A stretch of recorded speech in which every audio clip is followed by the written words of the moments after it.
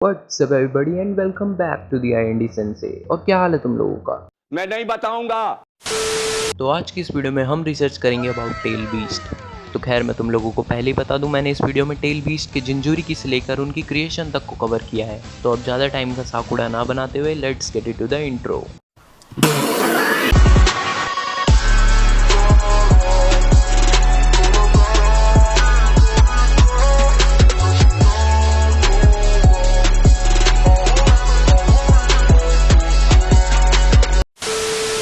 Tell beast के बारे में जानने से पहले तुम ये जानो कि आखिर किशिमोटो को टेल बीस्ट का आइडिया आया कहाँ से। At the time when Kishimoto was making Naruto, उसी टाइम पर गॉडजिला मूवी भी आई थी। और मैं तुम लोगों को बता दूं कि किशिमोटो को गॉडजिला मूवी बहुत अच्छी लगी। इवन किशिमोटो ने सोच लिया था कि उन्हें नारुतो के अंदर बिग एनिमल को कैसे यूज़ करना है, और तभी हम ये सब समनिंग और टेल बीस्ट जैसे एनिमल को देख पाते हैं, because Kishimoto was inspired by Godzilla movie. तो खैर अब बढ़ते हैं टेल बीस्ट की क्रिएशन के ऊपर। तो मैं तुम्हें बता दूं कि in the beginning of the shinobi world, Hagoromo ने 10 टेल की पावर का मिसयूज ना हो, इसलिए 10 टेल को 9 स्मॉल बीस्ट में बांट दिया था, और इसी तरह 9 टेल बीस्ट की क्रिएशन हुई। तो अब बात करें 1 टेल बीस्ट शुकाकू की। तो शुकाकू का मतलब जापानीज में तनोकी भी होता है। इन सिंपल लैंग्वेज में कहें तो रकून डॉग ये वाला नहीं, ये वाला raccoon dog. According to Japanese mythology, Shukaku अपने शरारती नेचर और शेप चेंज के लिए भी जाना जाता है। और इवन हमने बोरुतो में भी यही देखा है कि किस तरह शुकाकू कुरामा से लड़ता रहता है और अपने साइज को कभी बड़ा या फिर छोटा कर लेता है। तो अब बात करें शुकाकू की एबिलिटी की, तो शुकाकू के पास एक ऐसी एबिलिटी है जिसमें वो अपने जिंजुरी को सोते वक्त कंट्रोल कर सकता है। और इवन हमने नारुतो वर्सेस गारा वाली फाइट में भी देखा था कि जब गारा सो गया था तो शुकाकू कहता है yes I am free. That means उस टाइम पे शुकाकू गारा को कंट्रोल कर सकता था। तो अब बात करें शुकाकू की फिजिकल स्ट्रेंथ की, तो शुकाकू विंड स्टाइल, अर्थ स्टाइल और मैग्नेट स्टाइल का यूज़ कर सकता है। और बाकी और टेल बीस्ट की तरह शुकाकू भी टेल बीस्ट बॉम्ब का इस्तेमाल कर सकता है। शुकाकू के 2 जिंजुरी रह चुके हैं, फर्स्ट का नाम था बुनपुक्कू एंड सेकंड का नाम गारा। और शुकाकू के जिंजुरी के पास एक ऐसी एबिलिटी भी होती है, if their tail beast is extracted from them, वो स्टिल शुकाकू की एबिलिटी को यूज़ कर सकते हैं। और जैसा हमने गारा को भी यूज़ करते हुए देखा है, बट हर कोई गारा जैसा किस्मत वाला नहीं होता और हर जगह ग्रैनी चियो नहीं होती। तो अब बात करें 2 टेल बीस्ट माता ताबी की, जिसका चाइनीज में मतलब नेकोमाता भी होता है, मीन्स एक मॉन्स्टर कैट। माता ताबी हमेशा एक स्ट्रेंज फायर से घिरा रहता है जिसको काशा भी कहते हैं।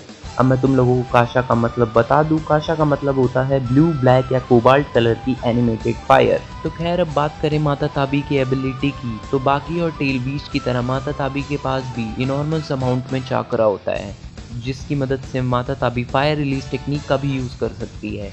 और माता ताबी की जिंजुरी की फायर बॉल टेक्निक का भी यूज़ कर सकते हैं।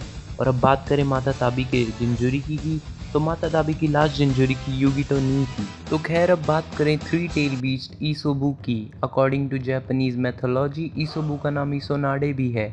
इसोनाडे का मतलब होता है बीच स्ट्रोकर, मीन्स एक बड़ा शार्क लाइक मॉन्स्टर जो कि एक मात्सुरा सी में रहता है।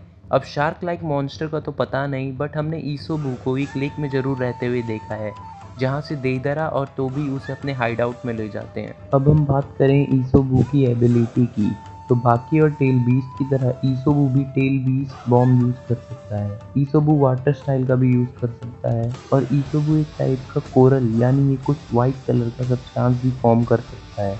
समझ रहे हो आप? जिससे उसका अपोनेंट हिल नहीं सकता। ईसोबू की फर्स्ट जिंजुरी की रेन थी, आफ्टर शी डाई सेकंड जिंजुरी की फोर्थ मिजुकागे यागुरा था। तो खैर अब बात करें 4 टेल बीस्ट की, तो 4 टेल बीस्ट का नाम तुम उसी के मुंह से सुन लो। I am the handsome monkey king of Suirendo, the king of sage monkeys, bestowed with the priestly title Son from the Sage of Six Paths, the great monkey equal of heaven, Son Goku. ये मुंह से सुपारी निकाल के बात कर रहे बाबा। In simple language Son Goku. Son Goku का जापानीज में मतलब मंकी होता है, but according to Chinese mythology, Son Goku is the grandchild of the Sun Wukong from the story of the journey to the west. और even Son Goku dragon ball के Goku से भी inspired है। जिस तरह से Goku full moon में एक बड़े जाइंट एप में ट्रांसफर हो जाता है, वो और सन गोकू की ये फोटो देखो, they both are similar right? Of course! और इवन तुम उसके जिंजुरी की कोई देख लो जिसका नाम भी रोशी है और गोकू के मास्टर का नाम भी रोशी है। ये रोशी भी इस गोकू के बहुत करीब रहता है और ये रोशी भी इस गोकू के बहुत करीब रहता है। ये रोशी भी बहुत साफ दिल का है और ये भी। कुछ भी। तो हम बात करें सन गोकू की एबिलिटी की, तो सन गोकू बाकी और टेल बीस्ट की तरह टेल बीस्ट बॉम्ब का यूज़ कर सकता है। सन गोकू लावा स्टाइल भी यूज़ कर सकता है। प्लस सन गोकू एक ऐसा टेल बीस्ट है जिसे टाइजुत्सु भी यूज़ करना आता है। अब हम बात करें 5 टेल बीस्ट गोकू की, तो गोकू का मतलब होता है एक रिस्पेक्टफुल किंग। अब गोकू का मतलब पीसफुल एंड हम्बल भी होता है। According to Japanese mythology Goku की शेप ज़्यादातर हॉर्स और डॉल्फिन से मिलती है और इवन हमने एनिमे में भी देखा है कि गोकू एक हॉर्स जैसा ही है। और अब बात करें गोकू की एबिलिटी की, तो गोकू भी टेल बीस्ट बॉम्ब का यूज़ कर सकता है और गोकू फायर एंड वाटर को मिक्स करके स्टीम निंजुत्सु का भी यूज़ कर सकता है। गोकू की फिजिकल स्ट्रेंथ इतनी ज़्यादा थी कि उसने 8 टेल को एक ही अटैक में नॉकआउट कर दिया था। गजब बेइज्जती है। और अब बात करें गोकू के जिंजुरी की, तो गोकू का लास्ट जिंजुरी की हान था। तो खैर अब बात करें 6 टेल बीस्ट साइकेन की। According to Japanese mythology Saiken based है एक टर्बन स्नेल डीमन साइजे ओनी पर। बट साइकेन एक और स्टोरी में है जिसमें एक डॉग लाइक क्रिएचर होता है और उसकी दोनों आंखें क्लोज्ड होती हैं। अब मेरे हिसाब से किशिमोटो ने साइकेन को दोनों स्टोरी से लिया होगा, बिकॉज फर्स्ट स्टोरी में साइकेन एक स्नेल लाइक डीमन है और सेकंड स्टोरी में साइकेन की आंखें क्लोज्ड है और एनीमे में हमें साइकेन एक स्नेल लाइक क्रिएचर ही दिखाया गया है जिसकी आंखें बंद रहती हैं। और अब बात करें साइकेन की एबिलिटी की, तो साइकेन वाटर रिलीज का भी यूज़ कर सकता है और साइकेन एक कोरोसिव सब्सटेंस भी फॉर्म करता है और साइकेन को भी टेल बीस्ट बॉम्ब यूज़ करना आता है। साइकेन का लास्ट इंजरी की उटकाटा था। अब बात करें 7 टेल बीस्ट चोमेई की, तो चोमेई का मतलब होता है हैवी ब्राइड। चोमेई बेस्ड है एक बीटल पर। इसका नाम का रेफरेंस लिया है कामोनो चोमोई से, जो कि एक बहुत बड़े राइटर रह चुके हैं। अब तुम लोग बोलोगे भाई टेल बीस्ट का एक राइटर से क्या रिलेशन, राइट? बट अगर तुम याद करो चोमोई की जिंजुरी की यानी फू को उसके लोगों ने एक्सेप्ट नहीं किया था, फिर फू को विलेज से अलग रहना पड़ता था। Same in the case with writer Kamono Chomei को भी उनके लोगों ने एक्सेप्ट नहीं किया था, फिर उसके बाद वो एक हर्मिट बन गए और नेचर के ऊपर राइटिंग शुरू कर दी। तो अब बात करें चोमोई की एबिलिटी की, तो चोमोई भी टेल बीस्ट बॉम्ब का यूज कर सकता है। चोमोई के विंग से एक ऐसा पाउडर रिलीज होता है जो उसके अपोनेंट को ब्लाइंड कर देता है और सारे टेल बीस्ट में बस चोमोई एक ऐसा टेल बीस्ट है जो उड़ सकता है। तो खैर अब बात करें 8 टेल बीस्ट ग्यूकी की, तो ग्यूकी का मतलब होता है ऑक्स ओजरी। ऑक्स ओजरी एक अल्टरनेट प्रोनाउंसिएशन है उशिओनी का। अकॉर्डिंग टू जापानीज मैथोलॉजी उशिओनी एक तरीके का स्पाइडर या फिर ऑक्टोपस होता था जिसके पास बुल जैसे हॉर्न्स भी होते थे और सेम 8 टेल भी ऐसा ही है, वो एक ऑक्टोपस है जिसके पास बुल जैसे हॉर्न्स है, राइट? अब बात करें 8 टेल्स की एबिलिटी की। 8 टेल्स अपने अपोनेंट को ब्लाइंड करने के लिए एक इनका भी यूज़ करता है और इवन 8 टेल्स अमातेरासु को भी ब्लॉक कर सकता है और 8 टेल्स अपनी टेल की मदद से एक इनॉर्मस टॉर्नेडो भी प्रोड्यूस करता है और 8 टेल्स अपनी टेल की मदद से खुद को एनिमी के अटैक से भी बचा सकता है। 8 टेल्स की टेल्स भी साकुरा से ज़्यादा यूज़फुल है यार। Know your fucking place, trash! अब बात करें 8 टेल्स के जिंजुरी की, तो 8 टेल्स के बहुत सारे जिंजुरी की रह चुके हैं बट अभी 8 टेल्स का जो जिंजुरी की है उसका नाम किलर बी है। तो अब बात करें 9 टेल्स कुरामा की, तो मैं तुम लोगों को बता दूं किशिमोटो यू यू हाकुशो नाम की एक मांगा से भी इंस्पायर्ड थे।